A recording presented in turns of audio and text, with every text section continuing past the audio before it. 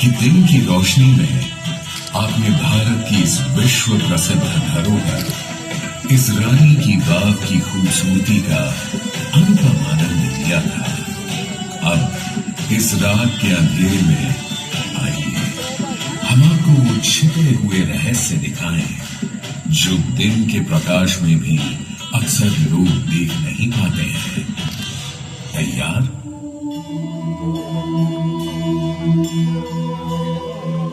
सम्राट भीमदेव प्रथम की पत्नी रानी उदयमती अपनी प्रखर बुद्धि के कारण समय से आगे की सोच रखती थी। उनके पति राजा भीमदेव के स्वर्गारोहण के बाद दरबार में बात चली कि परंपरा के अनुसार अपने पति की स्मृति में क्या और किस प्रकार का स्मारक बनवाएंगी।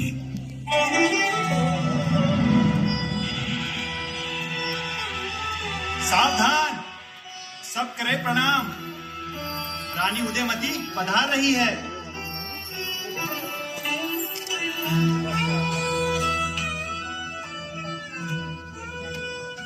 महारानी जी, आज जब स्वर्गीय पूज्य महाराज की अंत्येष्टि की सारी क्रियाएं कुमार कर्ण ने संपूर्ण कर ली, वो समय आ चुका है जब आपको ये निर्णय करना है कि आप स्वर्गीय महाराज भीमदेव जी की स्मृति में क्या एक निर्माण करवाना चाहेंगे।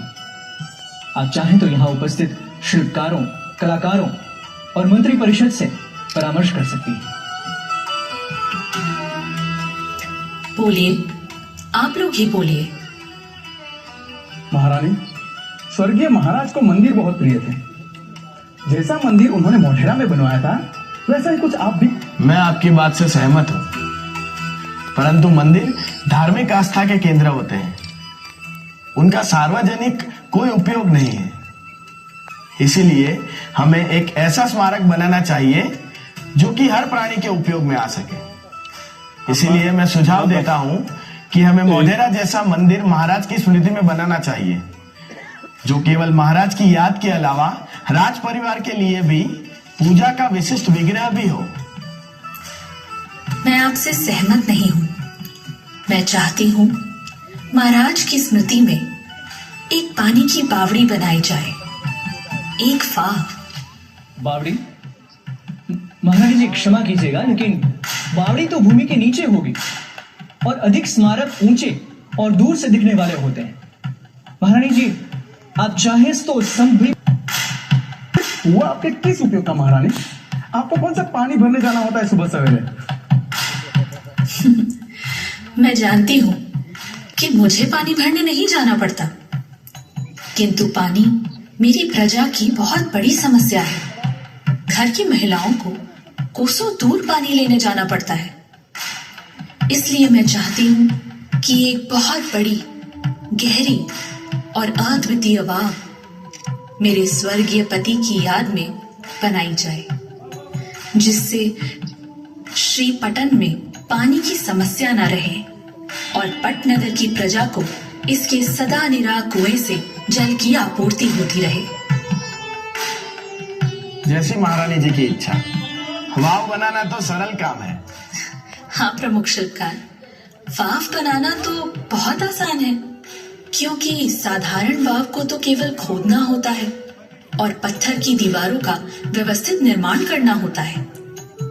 किंतु मैं चाहती हूँ मेरे पति की स्मृति में बनने वाली वाव केवल उपयोगी ही नहीं, लेकिन शिल्प स्थापत्य कला में उनकी अभिरुचि की भी प्रतीक हो, जहाँ की एक एक मूर्ति उन देखने वालों को आस्था दे, उन्हें शांति दे और उन्हें आध्यात्मिकता में रंग दे।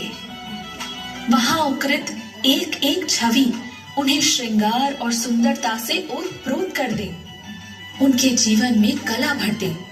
ये वाव केवल पानी की आपूर्ति का स्रोत ही नहीं, अपितु एक जल मंदिर जैसा स्मारक भी हो, जो वरुण, शेषशाही विष्णु एवं अन्य देवी देवताओं की प्रतिमाओं से सुसज्जित हो, जहाँ सीढ़ियां उतरकर लोग अधोगमन नहीं वरन ऊर्ध्वगमन कर सके। जो जितना गहरे जाए वो उतना ऊपर आए। साधो महारानी जी, साधो। उत्तम, श्रेष्ठ, बहुत सुंदर।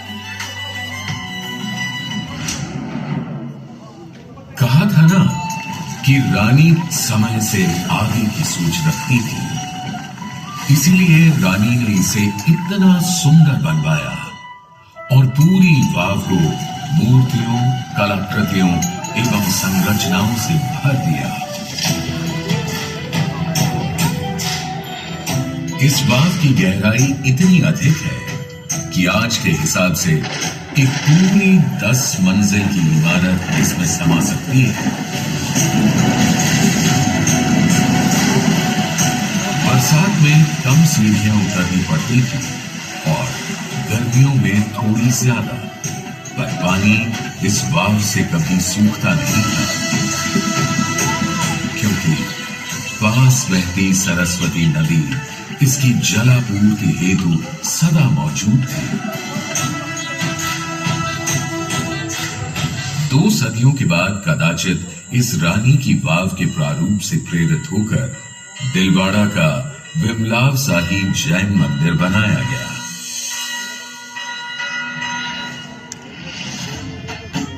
पट्टन यानी आज का पाटन तब गुजरात की राजधानी था और उसका एक नाम अनहिलपुर भी था।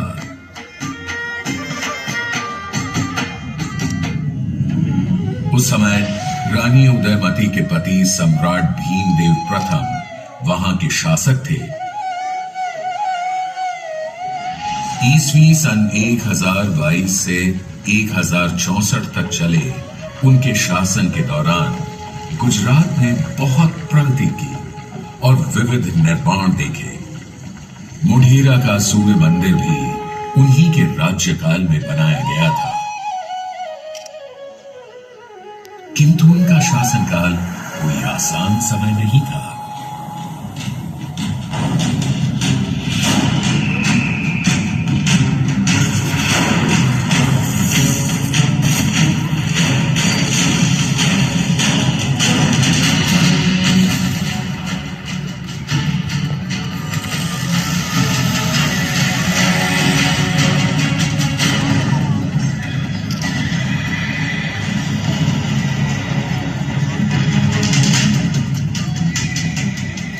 वही समय था जब गजनी के महमूद ने अफगानिस्तान से भारत आकर प्रभास पाटन में सोमनाथ मंदिर को लूटा था।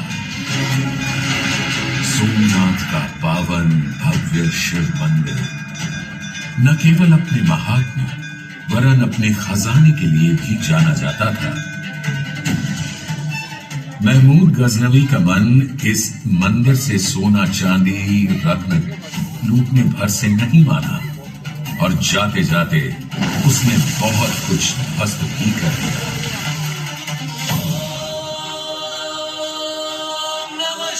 ये तो कुछ वीर भक्तों का साहस था कि जो इस आक्रमण के बीच भी वे ज्योतिर्लिंग को बचाकर ले गए। पर राजा भीमदेव कहां मानने वाले थे। उन्होंने जल्दी ही फिर से अपने सारे संसाधन धन बल को वापस छोड़ा और भग्न सोमनाथ मंदिर का पुनर्निर्माण करवाया।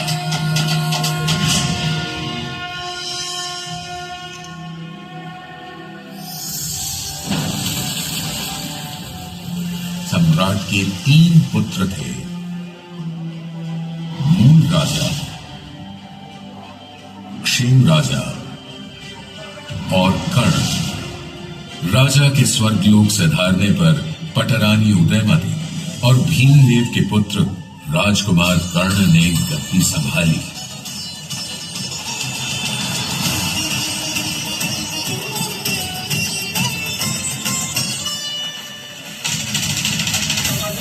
और फिर आसापाली के आसा भीम को हराकर कर्णावती नगर की स्थापना की, जो आज अहमदाबाद कहलाता है।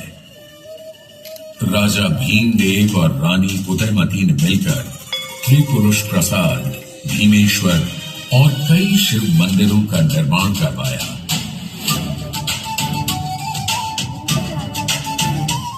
साथ ही जैन धर्म के अनुयायियों के लिए कुंभारिया महावीर, आदिनाथ और पार्श्वनाथ के मंदिर भी बनवाए।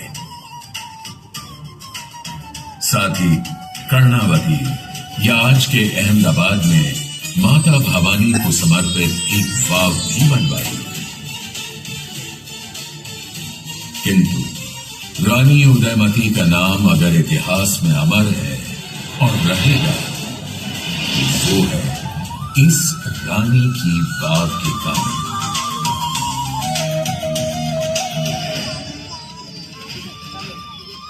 यह वाव 64 मीटर लंबी, 20 मीटर चौड़ी तथा 27 मीटर गहरी है और यह भारत में अपनी तरह की अनूठी वाव है।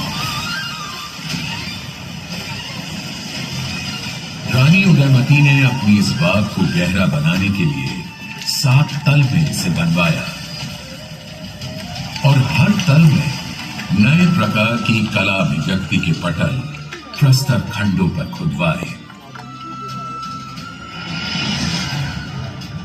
कहीं भगवान, देवी देवता, कहीं अवतार, कहीं यक्ष यक्षिणियां, कहीं अप्सरा गंधर्व, कहीं पशु पक्षी, कहीं कथा चित्र, कहीं महाकाव्य, कहीं आम नागरिक और कहीं उनकी वेश और केशभूषा। साथ ही कहीं कहीं बड़े ज्यामितीय आकारों का आकल्पन रानी की वाव को अद्भुत सौंदर्य प्रदान करता है। अब इन्हीं को देख लीजिए। जी नहीं, यह पाटन की पटोला साड़ी की डिजाइन नहीं, इसी वाव की दीवारों पर उकेरे गए अलंकरण का एक हिस्सा है। शायद वास्तुशिल्पियों ने पाटन की पटोला साड़ी से प्रभावित होकर उसकी अनुकृति यहां बनाई होगी या इनसे प्रेरणा ली होगी साड़ी के बुनकरों ने। वैसे साड़ियों में पाटन की मसरू भी कम नहीं, जिसमें ताने में रेशम और बाने में सूत ऐसे बुना जाता है कि एक ही साड़ी में रेशम की चमक और सूत की गमक शामिल होती है। और ये कोई दशावतार पटल नहीं, इसी वाव में स्थित मूर्ति पटल है।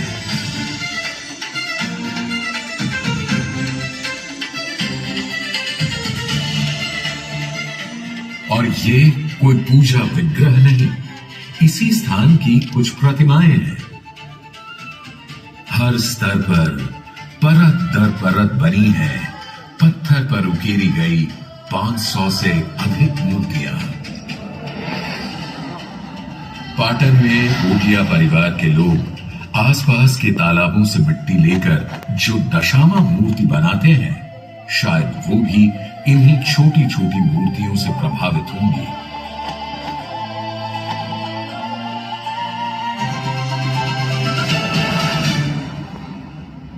इन छोटी छोटी मूर्तियों में भी नजर आते हैं सुंदर और विस्तृत वर्णन। देखिए इन अप्सराओं के केश विन्यास और इनके नक्शिक वर्णन के चलते अब देखिए इन स्त्रियों की पादुकाएं।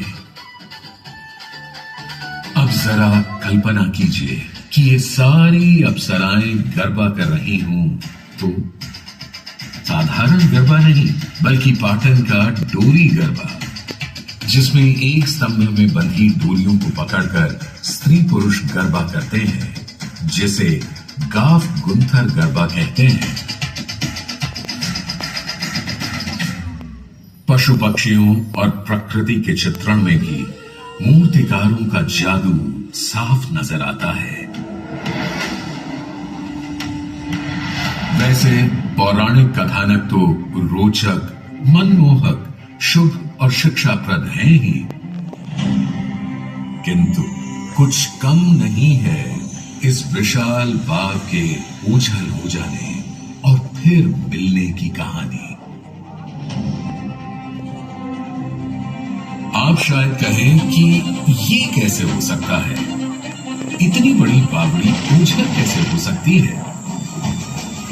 रानी उदयमती के परलोक गमन के बाद सरस्वती नदी में एक ऐसी भयंकर बाढ़ आई कि बाढ़ के साथ बह आए झाड़ झंखाड़ और नदी की गाद मिट्टी से यह पूरी वाव इस तरह भर गई कि इसका दिखना ही बंद हो गया। यह वाव आंखों से ओझल हो गई।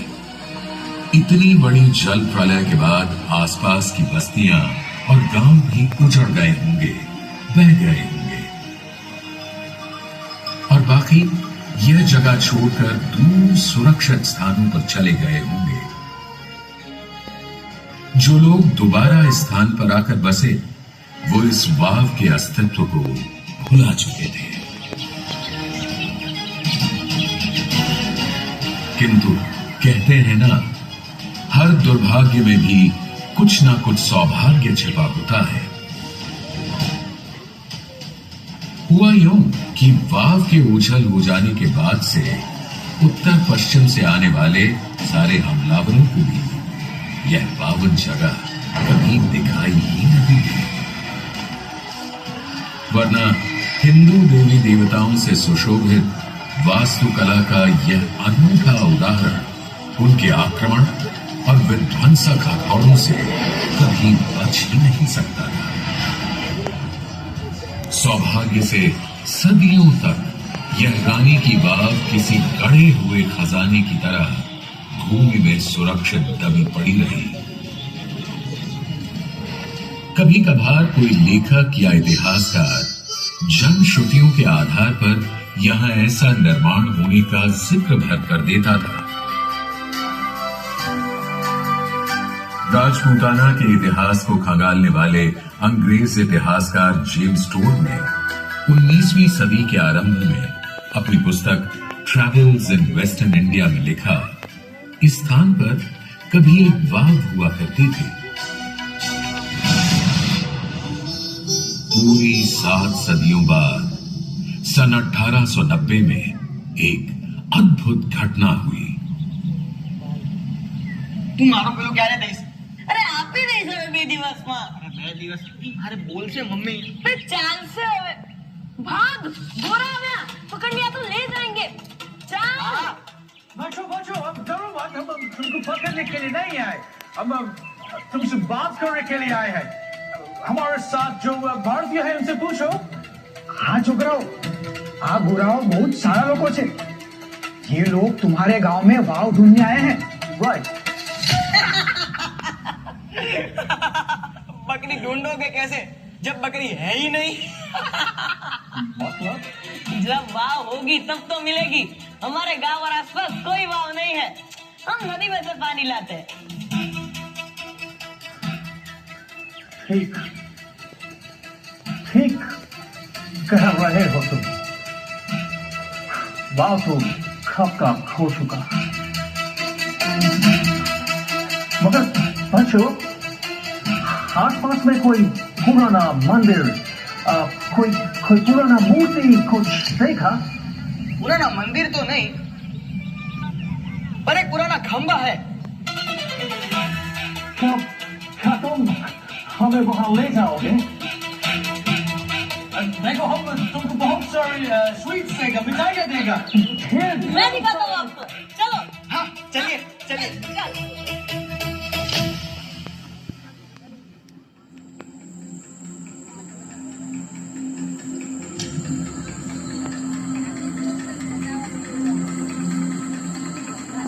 Henry, did you see this? Yes, James. That seems to be a groove to support the rope. There must have been a pond over here. Yes, James' told was not wrong. That's right. There used to be a water hole here. And this soft earth clearly indicates us there could be a step well or pond here. That's correct. Gentlemen, आज रात हम लोग tent यहीं पर लगाएंगे और कल से इधर खुदाई शुरू होगी। ओके? Yes sir. इतिहासकार और पुरातत्वविद हेनरी कजिन्स और जेम्स बर्जेस को केवल कुएं के सबसे ऊपर का पानी खींचने का गरारी स्तंभ और कुछ खंभों के हिस्से दिखाई दिए। इन्हें देखकर उन्होंने अनुमान लगाया कि यहां अवश्य एक बड़ा सा गड्ढा है, किंतु उसमें क्या है पता लगाने के लिए बहुत गहरे जाना आवश्यक था और उनके पास इसका समय और साधन नहीं थे। अभी रानी की वाव को पहचाने जाने में 50 साल और लगने थे।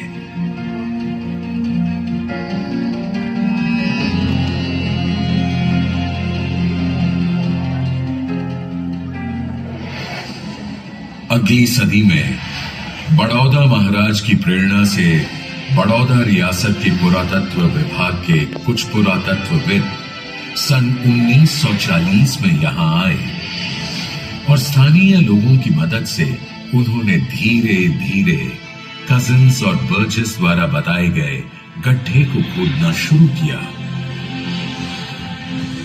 जैसे जैसे वो गहरे खोदते गए, एक के बाद एक नई मंजिल और एक से एक मूर्तियां उन्हें मिलती चली गई। इस अमूल्य धरोहर को पहचानते ही उन्होंने सही समय आने और सही औजारों के मिलने तक इसे फिर से ढक दिया और सुरक्षित निगरानी में रख दिया।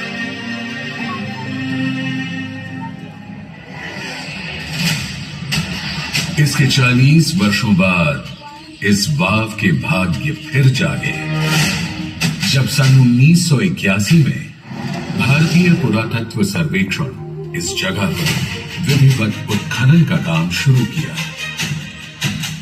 जैसे जैसे पुरातत्वविद अपने हाथों, ब्रशों और फावड़ों की तेज धार से मिट्टी हटाते गए, एक नया संसार जमीन से बाहर आने लगा।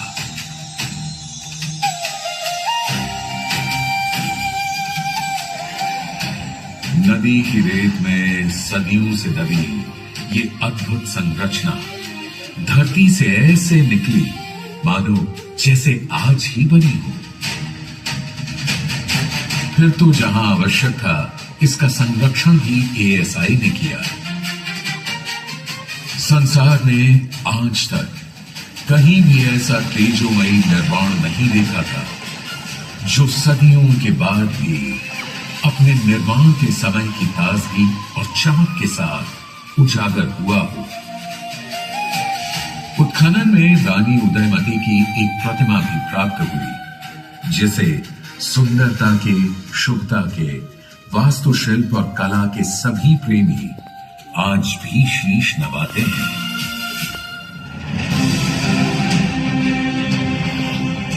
रानी की वाव अपने ऐतिहासिक एवं पुरातात्विक महत्व के कारण 1936 से संरक्षित स्मारक है। सन 2014 में इसे विश्व विरासत की विशिष्ट सूची में शामिल कर लिया गया है। यही नहीं, भारतीय रिजर्व बैंक ने अपने नए नोटों में भी इस अद्भुत संरचना को स्थान दिया है। संसार की कदाचित सबसे सुंदर इस अनोखी वाव को देखकर यूनेस्को ने कहा वाव, और आज यूनेस्को हेरिटेज लिस्ट में शामिल यह वाव भारत ही नहीं, सारे संसार की साझी विरासत है। गुजरात अपने आप में ऐसी अनेकों विरासत को संभाले हुए है। रानी की वाव आज पूरी दुनिया के लिए आकर्षण का केंद्र बन गई है। आप और हम कितने सौभाग्यशाली हैं कि हमें यहां आने और इस बावड़ी के दर्शन कर अपनी प्यास बुझाने का मौका मिला। आइए हम प्रण करें कि हम अधिक से अधिक लोगों को रानी उदयमती और उनकी इस वाव से परिचित कराएं और उन्हें यह चमत्कार देखने के लिए प्रेरित करें।